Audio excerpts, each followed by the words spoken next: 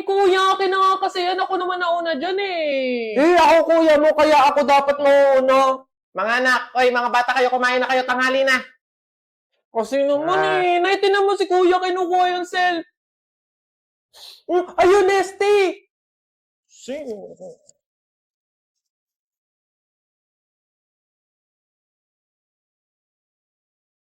Eto sa'yo.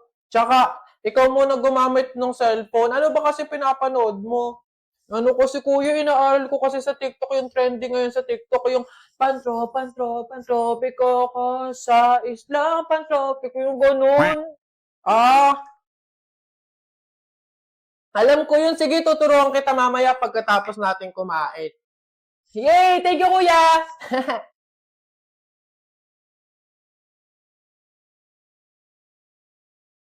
Sige lang, mga anak. Naku, kayang-kaya i-bottomless ang Nesty.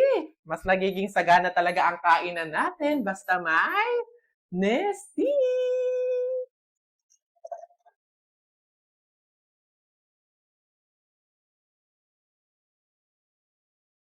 Somehow together we're complete, yeah. There are times my world is crumbling and the rain is crashing down. But everywhere you are, the sun comes out. Even when you're gone, I feel you close. You'll always be the one I love the most. You're in my heart, on my mind. You are underneath my skin. And anywhere, anytime that you need anything, count me in. Oh, oh, oh, oh, oh.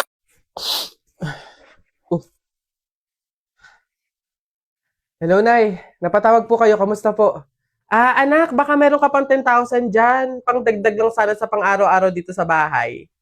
Nay, di ba po kakapadala ko pa lang ng 15,000 nung nakaraang linggo? Ayun na nga, naubos na eh. Nag-aya kasi yung mga kumari kong mag-outing. Diyos ko.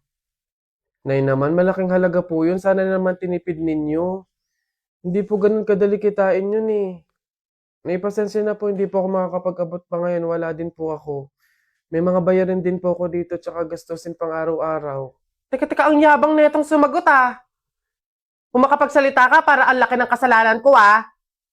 Nakapag-abroad ka lang, ganyan ka na magsasagot? Puro ka lang naman pasarap dyan. Singilin kaya ka sa pagpapalaki ko sa'yo. Huwag ka mag-alala, hindi ka namin kailangan. Kaya namin nang wala ka. Sobra naman ho kayo, Nay. Hindi naman po ganun kadali magtrabaho dito sa abroad eh. Kasi lahat salo-salo mo. Yung kapag nahihirapan ka, yung may sakit ka, nalungkot ka, wala. Ikaw lang mag-isa. Wala kang katulong, wala kang karamay. Pero Nay, bakit ganun? Yung isang beses ka lang hindi nakapagbigay pero parang buong pagkatao ko na yung hinisgahan ninyo. Itong pag-abroad ko, Nay, kayo naman po yung may gusto nito, di ba? Hindi po ako. Gusto ko po kasi na maging doktor talaga eh. Yung makakapagbigay ako ng tulong sa mga tao. Yung makakapaggamot ako ng libre. Yun talaga na eh. Kaso mahirap kasi tayo eh. Kaya itong pag-abroad ko, pinili ko na lang to para sa inyo. Na yung pasarap po ba na sinasabi nyo? Yun po ba yung kapag natanggap ko na yung sahod ko, bibili ako na kahit man lang pares ng damit? Yung pasarap po ba na sinasabi nyo? Yun ba yung kapag after kong magtrabaho, magpakapagod dito sa abroad, yung kakain ako ng masarap kahit isang beses lang? Yun po ba yun, Nay? Pasensya na po kayo, Nay, ah. Kasi minsan, sa tanang buhay ko, hindi ko naranasan yung ganun eh.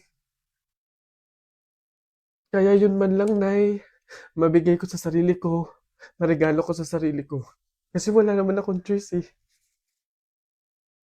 Kundi yung piliin lagi yung pamilya ko para tulungan kayo. Yun nga man lang, Nay, na kamustahin niyo ako.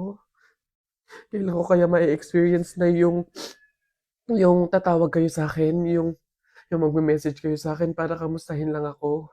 Yung hindi yung manghihingi kayo ng pera, yung hihingi kayo ng ganito. Pero wala eh.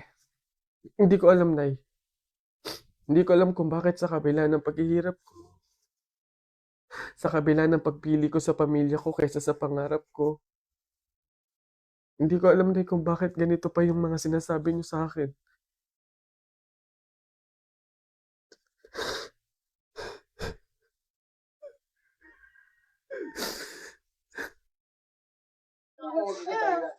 Kala mo, hindi masakit yung pinagpasasabi mo sa akin? Napatay gutom ako? Bakit? Di ba yung sa masakit? Eh, ikaw nga, inuuli mo yung kalapati. Sabi niya, tara, Juwela, kung huli natin yung kalapati, kuhain natin. O, siya yun sa pagsabihan mo.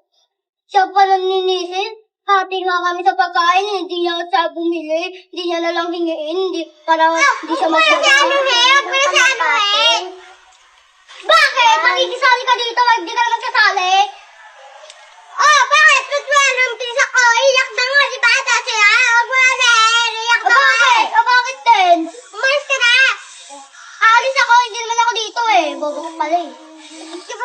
Ba't na namamangga? Hoy! Ito rin doon niya, ingay-ingay. Oh, babe, anyari? Nabalitaan mo ba? Ang alin? Break na ang Katniel? Oh, ano naman kinalaman natin doon?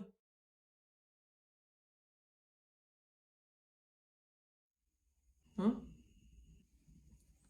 What? 11 years, babe, oh. 11 years. Naghiwalay. Tayo pa kayang 1 year pa lang? Lo, babe, bakit mo naman dinadama yung relasyon natin dun? Maghiwalay na tayo. Jo, ano? Ayaw mo na? Pagod ka na? Oo! Pagod na ako! Ay, ang galing mo dun, babe. Goods yan. Sabi sa'yo eh. Ikaw talaga. Sige na, babe, kumain ka na dun. Bumalik ka na lang dito mamaya. Ano na naman yung kapalit kapag binalakan kita? Titigil na naman yung bundo ko sa'yo? Ilang taong buhay ko na naman ang sasayangin ko. Oo. Hey! Teka nga, bakit mo ba iniiba yung usapan? Makikipag-break na nga ako sa'yo eh. Totoo na ba yun, babe? Hindi ba yun biro-biro lang? Oo, seryoso ako. Sige. Ikaw at ako, sa mundo, buhay, at sa limitadong oras na tayo ay nandito. Ang pagmamahal ko sa'yo ay walang hanggan at walang katapusan. Eh! Galing mo dun, babe. Love you na. Uy, pre! Oh, ano na naman? Eto na nga, pre, ikikwento ko. Naniniwala ka ba sa mga pamahiin? Ba hindi ako papaloko sa mga ganyan, mga pang-uto-uto lang yung mga pamahiin na yan. Ay nako, pre, ngayon, kailangan mo nang maniwala. Bakit naman? Anong mangyayari kung hindi ako sumunod sa pamahiin na yan? Ay nako, pre, hindi mo na iitanong. Nung hindi ako sumunod dun sa pamahiin na yun, may nangyari sa aking masama. Ay oh, ano yun? Ano nangyari? Hindi ko kasi sinunod yung pamahiin na kapag nakabasag ka ng pinggan, wag na wag kang lilingon kasi tsak na may mangyayari sa yung masama. Na-experience ko, may nangyari talaga sa akin. Bawal lang talaga sabihin eh. Kaya, mas mabuting sundin mo na lang. Ayan, daya naman. Ba't hindi pwedeng sabihin? Pero sige. Ano yung pamahiin? Pag nakabasag ako ng pinggan, wag akong titingin sa likod kasi may mangyayari sa akin masama. Sige, noted. Susundin ko yung pamahiin na yan. Nay, anong ulam? Ay, nabasag ko yung pinggan. Huwag titingin sa likod, pamahiin yun. Masama yun, may mangyayari sa'yong masama. Huwag kang titingin. Teka lang. Paano kung inuuto lang ako nun? Paano kung hindi naman totoo yung mga pamahiin na yan? Diyos ko po, di ako papaniwala sa mga ganyan. Ay! Ano ka? Sorry po! Ikaw na bata ka, humanda ka talaga sa akin. Kasal ko pa yan, tapos binasag mo lang? Ha? Pasok! Garote talaga yung aabutin mo sa akin! Pasok! Magtanda ka yung bata ka. Kaya pala bawal lumingon. May mangyayaring ang masama. Maglalayas ako, sakit-sakit ang palo nyo. Excuse me. May tatanong lang sana ako. Ay, sige po. Ano po yun? Kaibigan kasi ako nung namatay. Ililibing na, di ba? Napansin ko kasi wala yung taga-sigaw. Wala ba kayong nilagay? Ay, bakit po kailangan ng taga-sigaw? Kasi di ba kaya siya namatay kasi pinatay siya? Nahuli na ba yung pumatay? Ay, ganun po ba? Hindi pa po nahuli yung suspect eh. O hindi pa pala. Ang pamahiin kasi dyan, para daw makonsensya yung pumatay dun sa tao, is kailangan pag ililibing na, maglagay daw ng taga-sigaw para sumuko na yung pumatay sa kanya. Sige po, ako na lang po, yung sisigaw. Ay, ikaw na lang. Sige, mabuti. Ayos, sige.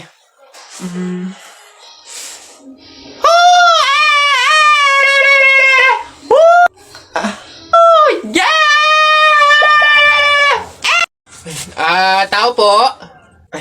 Yes, ano yun?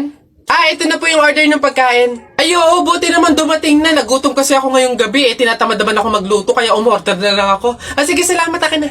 Oops, teka lang, bago ko po iabot yung pagkain na to, meron lang akong gustong sabihin sa inyo.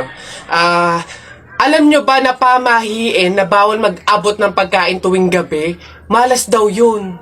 Ay, sorry, hindi ko alam. At least ngayon alam nyo na eh. Basta ako, nagsabi lang ako. Kayong bahala kung gusto nyong malasin. Hello, nga, anong gagawin ko dyan sa in-order kong pagkain? Sige. Mas mabuti na yun, nag-iingat. Wala naman siguro masama kung sumunod sa mga pamahiing ganyan. Mas mabuting sa'yo na lang yan. Iuwi mo na yan, kainin mo na lang yan. Yun! Ay, joke lang. Hindi. Ano, yan, mabuti yan. Sumusunod sa pamahiin. Ligtas, walang mangyayaring masama. Ayos yan. Yung bayad din nga po pala neto, nasaan?